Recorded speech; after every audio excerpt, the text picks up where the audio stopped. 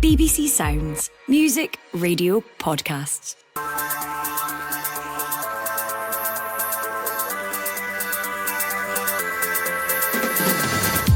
Hello, I'm Amy Canavan and this is the Scottish Football Podcast, bringing you all the news, views and analysis you need. It's Wednesday the 25th of September and here's what's on the agenda today. Elfsborg, they were very direct, no risk football, great counter-attacking, solid defending, and that's proved to be plug in and play at Aberdeen as well. So he's developed as a manager the last few years a lot. We'll hear from a Swedish legend of the Scottish game about how Jimmy Thelin's impact at Aberdeen is being viewed in his homeland. Also, there's David Wotherspoon, who might just be able to kill Raith Rovers off here with an absolutely fabulous trademark Wotherspoon finish. What should we be looking out for in the Championship and lower leagues? And completing the 42. Oh, it was absolutely unbelievable. Just to be there on Saturday for the final ground was just brilliant. We speak to the visually impaired fan who's visited all Scottish League grounds with his guide dog. The Scottish Football Podcast. Right then, let's get to our guests this morning. Joining me today, host of the returning A View from the Terrace and the man who, alongside man's best friend, has completed the 42. Good morning, Craig Telfer, and good morning, Jon Attenborough. How are we, guys? Morning, Amy. Good to see you. How's things? Lovely to see you, Craig. I am well, a little bit of a sore throat, but I am well. I'm very excited to hear about Jon and your journey to completing the 42. I feel, Jon, you've told everybody about completing the 42 now. So do you still have enough fresh juice to tell us about? Oh yeah, no, absolutely. I love talking about it because they've all just been such amazing, positive experiences. So yeah, no, looking forward to this. Fantastic. Looking forward to getting stuck into it with you. Lots to discuss with Craig and Jon. We're also going to be hearing from Joachim Bjorklund on Jimmy Thelin's impact at Aberdeen. But before all of that, let's quickly run through the latest Scottish football headlines. Derek McInnes insists he is fully focused on Kilmarnock amid links with the Hearts managerial vacancy. The Rugby Park boss also says he feels validated after discussing his concerns about officiating in his side's 2-2 draw with St Mirren with Scottish FA head of refereeing Willie Collum. Shea Adams has spoken about pulling out of Scotland's Nations League games with Poland and Portugal. After some people question his motives, he has clarified he was suffering from a hip injury. Incidentally, the 28-year-old striker continued his impressive start to life at Torino, scoring in their 2-1 Coppa Italia defeat against Empoli last night. That's his third goal in 7 games. And speaking on our sister podcast, Behind the Goals, former Scotland goalkeeper Gemma Fay has urged Celtic to be cautious in the second leg of what she sees as a winnable Champions League qualifier against Wisła Poltowa. Her former side currently lead the Ukrainian champions 1-0. Right then, let's get into today's podcast. Let's start with Craig Telfer. Basically, there's so much football going on right now, so much European action and managerial comings and goings that we've not had as much time as you and I would certainly both like to focus on the Championship and lower league games. So, Craig, as our man very much in the know, and as I say, A View from the Terrace is returning this coming Friday. Outside of the Premiership, we want to help get everyone up to speed. So what right now for you is the biggest headline in the Scottish Championship? Well, I think the biggest headline, Amy, is going to be happening at the weekend when Raith Rovers are taking on Falkirk. I actually think this is perhaps the biggest game outside the top flight to happen. There's so much intrigue at stake here. You've got Falkirk, who have made an absolutely phenomenal start to the season, undefeated in the league campaign so far. They are taking on a Raith Rovers side, of course, who finished second last season, who find themselves at bottom of the division. And there's quite a lot of wrinkles coming into this one as well, perhaps the most noticeable being that this is John McGlynn's first time returning to Starks Park since he left the Kirkcaldy side in May 2022. So this is a game that I have earmarked as a must-watch, and I'm really, really looking forward to seeing how this one unfolds. An almighty task that it is taking on Falkirk, because I don't think this week at all you can mention them without not touching on their outstanding first hour at Celtic Park. And I know you watched that, and I know you were incredibly impressed by them and by John McGlynn. You mentioned earlier about him returning to Starks Park. Now, no disrespect to Neil Collins at all, but my goodness, Raith Rovers fans right now must be must be desperate for a man like John McGlynn just to come in and steady the ship once again, because that man is being touted for every job. My goodness, he's been compared to Gasparini, isn't he? I think when McGlynn left Wraith Rovers, I think in the circumstances it was perhaps the right time for him to move on. But he has really flourished since he moved to Falk, particularly in the last season. You know, it's 43 games unbeaten the whole of last season without defeat. So this is a real red letter period to be following Falkirk at the moment. And as we saw in that game against Celtic, up until Celtic were able to bring on Engels, an £11 million player from the bench, bringing on Nicholas Kuhn, players like that Falkirk were very much in the game. In that first half performance especially, they were excellent. They really went toe to toe with them, and it's a high risk strategy to try and play expansive football against a team like Celtic. And for 70 minutes, it paid off. And then you saw when they gave the ball away to Adam Ida in the build-up for that third goal, that's where it ultimately led to their downfall. However, that's not to take away anything from this Falkirk team. They're absolutely fantastic to watch. They look so much fun to watch at the moment as well. And they've and Dylan Tate, I think they've got the best player outside the top flight in their ranks at the moment. And perhaps the good news, Ross McKeever, who scored that fantastic opening goal against Celtic, there were perhaps injury doubts about him coming into this game. Apparently he's going to be fit and able to play, which is great news for them, because although he might not necessarily be their best player, I think he's their most important player in knitting that attack together. So brilliant news for Falkirk, and I'm going to say it's going to be 44 games unbeaten at the end of this one. Oh, that is a big claim. John, hello to you. Good morning to you this morning. Do you like to hear that? What have your early takes in the Championship been this season? The Championship is one of these leagues that I really enjoy watching, actually, because it's just wide open. You know, anybody can take it. And I think, particularly this season, I think there's some really good sides in the Championship. You've got Ayr United who are flying, Falkirk who are obviously flying. Adrionians, they've got a really good team this season as well.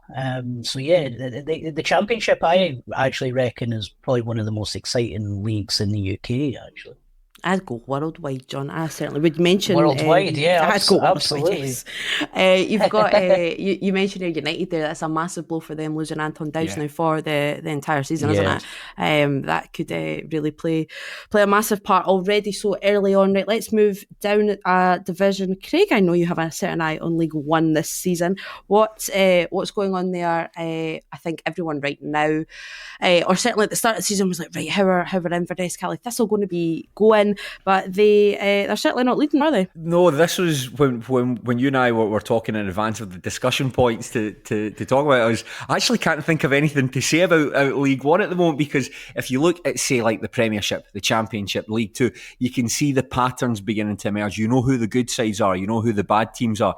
I don't think we know what's going on properly in League One at the moment. You've got Alloa Athletic at the top, undefeated, but it's like 4 draws and 3 wins. So, I mean, that is impressive in itself, but there's not been any outstanding team, and nor has there been any team that you can really pinpoint and say they're definitely going to finish bottom. So it's still wide open at the moment. However, Inverness, Caledonian Thistle, another draw at the weekend, a 1-1 draw with Cove Rangers. I think we're still not necessarily seeing Duncan Ferguson at his best. I don't necessarily think he's able to get the best out of this group of players yet. And I think that reading sort of message boards and social media, I think fans are a wee bit fed up by what's happening there. And even although the referee had to go off injured and they had to pull a fan out from the crowd to run the line, even then they still couldn't get the advantage they needed to get the win. So it's with John talking about going to all 42 games, I'm miles behind him in that regard. However, I am going up to Inverness versus Stennismuir at the weekend, so I'll be up at Cali Thistle. It's my first time going there, so I'm very looking much forward to that. And John, I'm looking forward to know what to expect when I get there as well. Right, John, what has he got to expect at the Cali Stadium? I would just say bring multiple jackets. It is ridiculously cold up there no matter what time of year. But John, you're the main man. Go for it. Yeah, no, Inverness, I actually really enjoyed our visit to Inverness. It's a ground that we've actually been to a couple of times. The last time was probably not the most memorable for Inverness fans, because it was the playoff against Hamilton where they ultimately did end up getting relegated. But yeah, I would agree with Amy. It is freezing cold at any time of the year, and we were there, just towards the start of the summer, and it was right next to the Keswick Bridge, so it is absolutely freezing. But you know what? It's one of these grounds that has that kind of in between modern and old school feel to it as well, which I really quite liked as well. So enjoy your visit up to Inverness on the weekend. Okay, Sure so there's you- two bits of advice: enjoy it, wrap up warm. So I will take That's that. all you I will need. take those two things on board. That is all you need. It's all you need.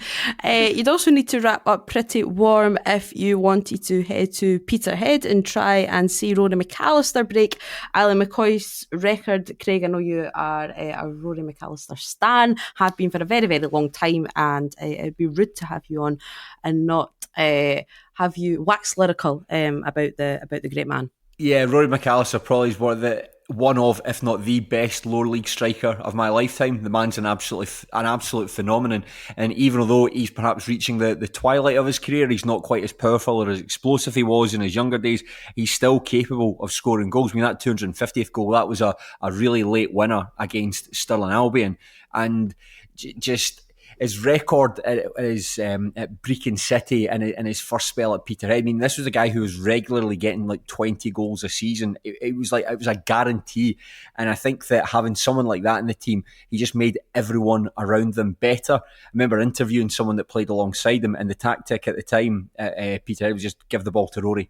That's all you could do if you were stuck. You're struggling to get out. Kick the ball 50 yards up the park, and Rory McAllister will make something happen. He'll hold it up. He'll create a chance for himself. He'll create a chance for someone else, and he's just brilliant. And the older he gets, yes, he might not be scoring quite as regularly as he did when he was younger, but just his experience in leading the line. And I think he's the kind of player that opposition fans hate to watch, because he always knows the right time when to go down. He always knows the right time when to stand up and shove someone off. He's so experienced, and he'll go down as one of the best of all time. And I think there'll be more to come from him over the course of the season. I think he'll get about 265. That's my prediction. Not 265 goals of this season, just to reach that target. In general, come up against a Clyde side this weekend. A Clyde side who have been underwhelming so far this season, I think it's fair to say, Craig, given what the miracle that was pulled off at the end of last season, the fact that they managed to keep Ian McCall. Everyone sort of knows the money that's been pumped into that side as well. They are lingering mid to low table, and it's not where you would expect them to be, is it?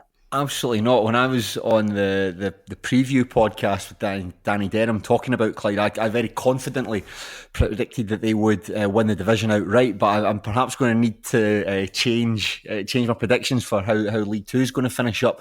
No, Clyde have been massively disappointing. I think you look at their last two results, they needed a last minute penalty to get a 1-1 draw with Edinburgh City, and then at the weekend there, Elgin City were down to 10 men after 3 minutes. And Clyde still couldn't find a way past them. And I think that perhaps we all got a wee bit carried away with the summer transfer business he did, but it's an unbalanced squad. I don't necessarily think McCall knows what his best 11 is. I actually think they've maybe got too many options in attack, and I think he's struggling to find a way to knit it all together. Jordan Allen, big superstar striker who returned to the club on loan from Falkirk. He's got 1 goal for the season so far. That was a penalty against Edinburgh.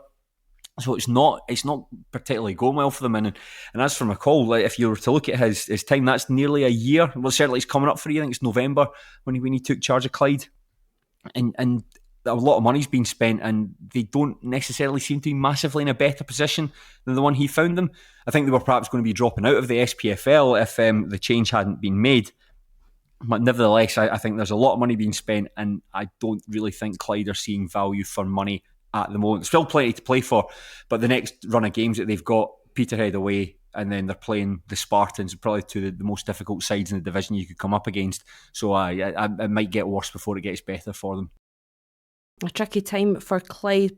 They are just 1 point actually ahead of a wee group, all sort of sitting on 5 points at the bottom of League Two, propping up the table for Athletic, and that is how we blend seamlessly into Jon Attenborough's completion of the 42, because that is where you completed it at the weekend, isn't it, John? Forfar against Stranraer at Station Park. You and Sam, and if anyone hasn't seen it yet, I urge you to head on to X, follow John, and there's a lovely SPFL video out as well. It's absolutely fantastic. How did it feel? Oh, it was absolutely unbelievable. Obviously, it was a journey that I'd set out to do a couple of years ago, and wasn't even sure if I was going to be able to manage to do it either, because we were visiting each ground via public transport as well. So we were taking like trains and buses to every single ground, and just to be there on Saturday for the final ground was just brilliant. And we actually picked Forfar for a specific reason as well, to finish it, because that's where the big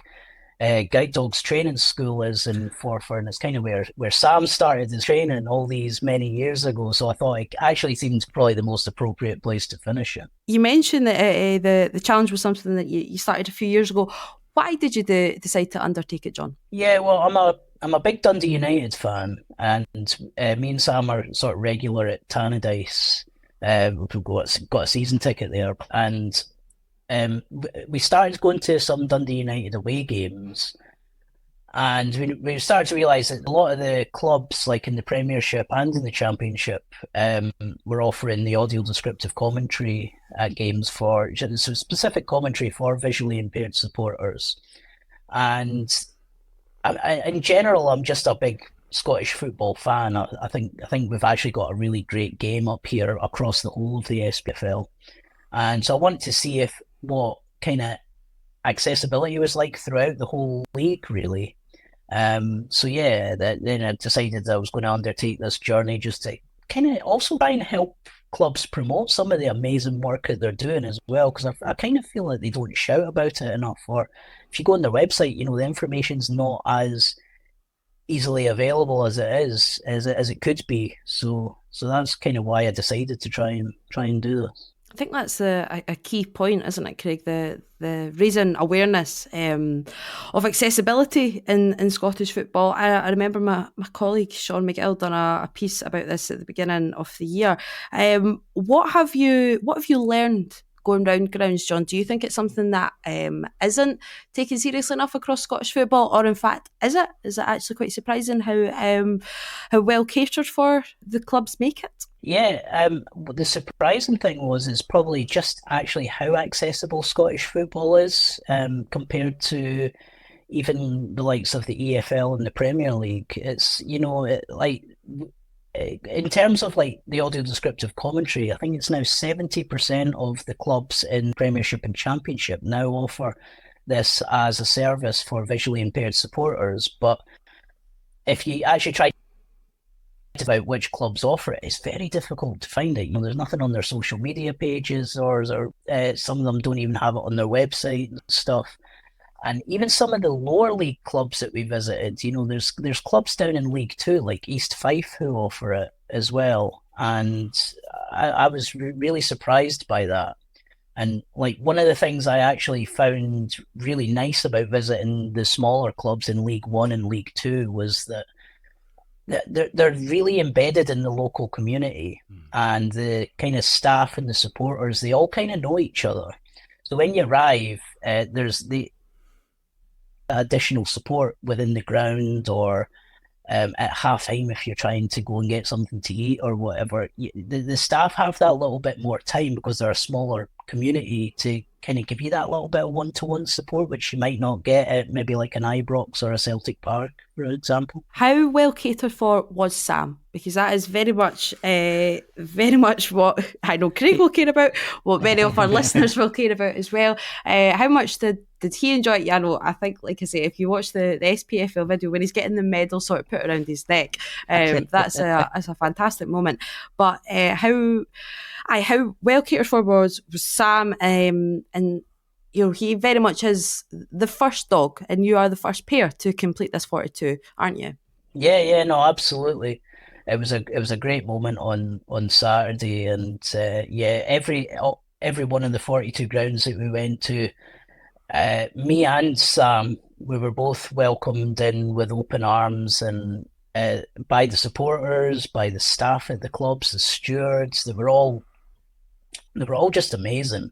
And I think everybody just loves seeing a dog on the terraces. I think it just, regardless of how good or bad the football is, I think it just makes everybody happy seeing a dog there. there in the ground. Craig with a big smile on his face. I know you haven't completed the 42 rather, which I must admit I was actually a little bit shocked to hear when you did tell me. I just assumed you'd have done the 42. I really did. No, miles. I've probably done about 2/3 of them. Still a long way to go. It's that Premiership stuff. You're just not bothered by that. It's just not interested in that. Most folk are the other way around. Given that Craig hasn't completed the 42, near of that, by the way, I'm not. I think I'm a little bit closer. I think I counted last night. I think I'm 38.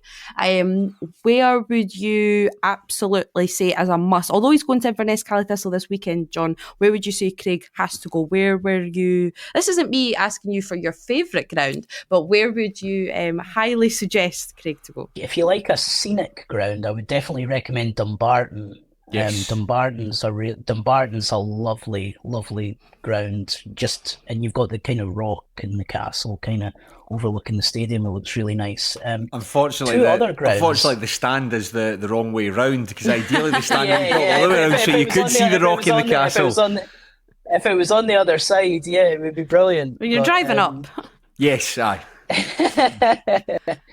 Yeah, two other grounds which I was actually really pleasantly surprised by and actually really enjoyed our visit to was Elgin City and Annan Athletic as well.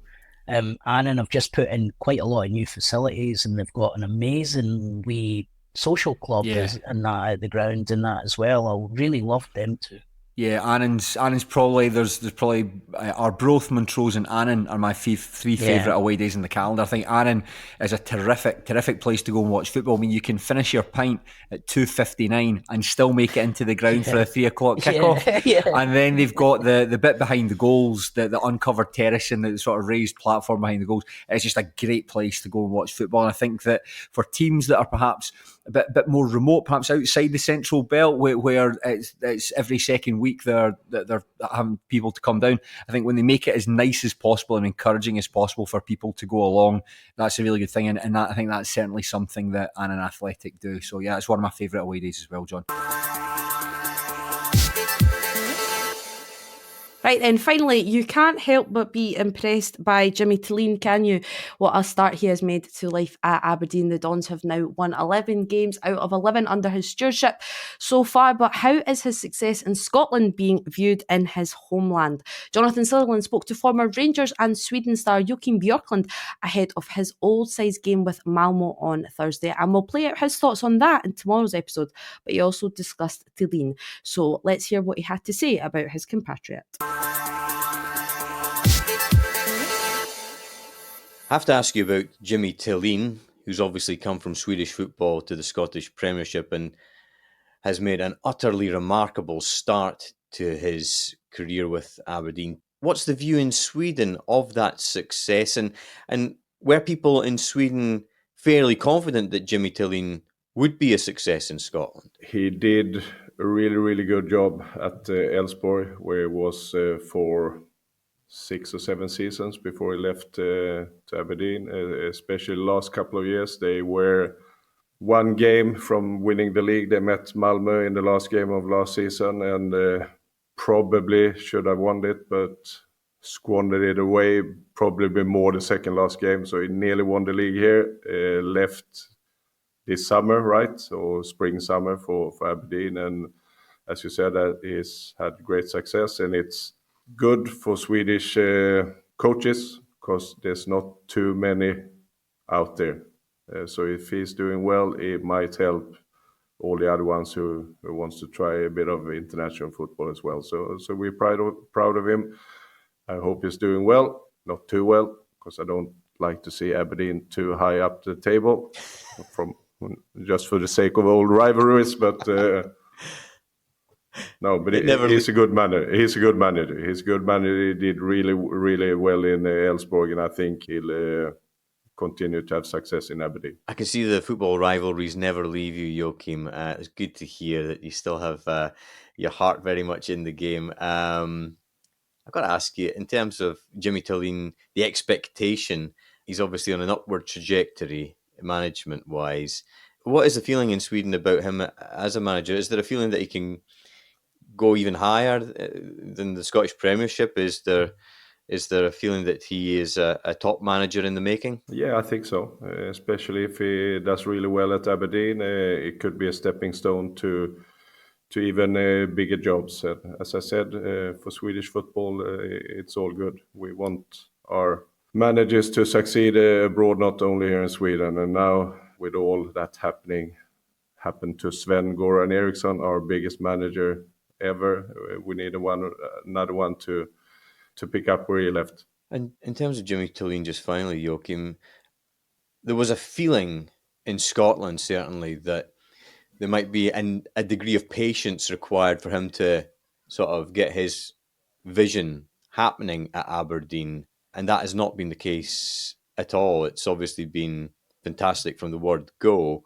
Is that a surprise? Or in terms of his methods, did you expect perhaps that he would need a little bit of time to get his sort of methodology happening at Aberdeen? Not really. It took a while for him at Elfsborg, but then back then he used to play another type of game, more possession-based. Now, last few years, he's been very direct, magnificent counter-attacking side he's had at Elfsborg, and they play quite direct football. So I think that's easier to implement in a short space of time than building like connections in between the back line and the midfield. The Elfsborg, they were very direct, no risk football, great counter-attacking, solid defending, and that's proved to be plug in and play at Aberdeen as well. So he's developed as a manager last few years a lot. The Scottish Football Podcast from BBC Sports Scotland. Joachim Bjorklund there, and we'll have more from him tomorrow ahead of Malmo against Rangers. Craig Telfer and Jon Attenborough, thank you very much for joining me. That's all that we have time for. Remember, we're here with new episodes of the Scottish Football Podcast bright and early every day. So to make sure you don't miss out, subscribe on BBC Sounds and have push notifications turned on in your phone. For now though, all that's left to say is thank you for listening. Bye-bye. This is the shocking moment English football has been dreading. My name is Moses Swebu, and I used to be a professional footballer. But then I got in deep with organised crime and became a match fixer operating in the English League. A match-fixing investigator has highlighted 2 matches he says appear to have suspicious betting patterns. How honest are you going to be with me? This is 100%. Join me for Sports Strangers Crimes presents Confessions of a Match Fixer. Listen on BBC Sounds.